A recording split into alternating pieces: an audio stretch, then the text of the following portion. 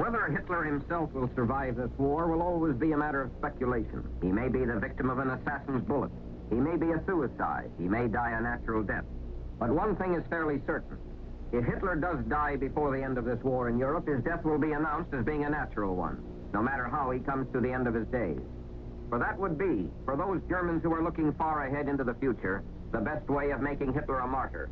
The best way of letting him continue as a symbol of what Nazism stands for. The best way of keeping alive German hopes of someday winning a world war. Among other things, Hitler's death might provide the German High Command with a partial reason, at least, for surrender.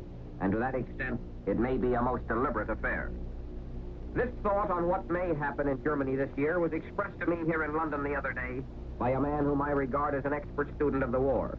It's not just an idle remark on possible future developments. Instead, it's the sort of thing that carries a grim note of warning for the future, something worthy of consideration.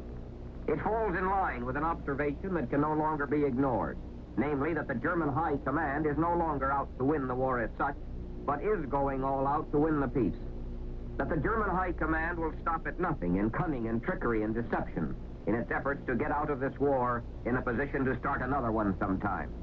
In any event, the shadow of the peace is beginning to fall across Europe alongside the shadows of war.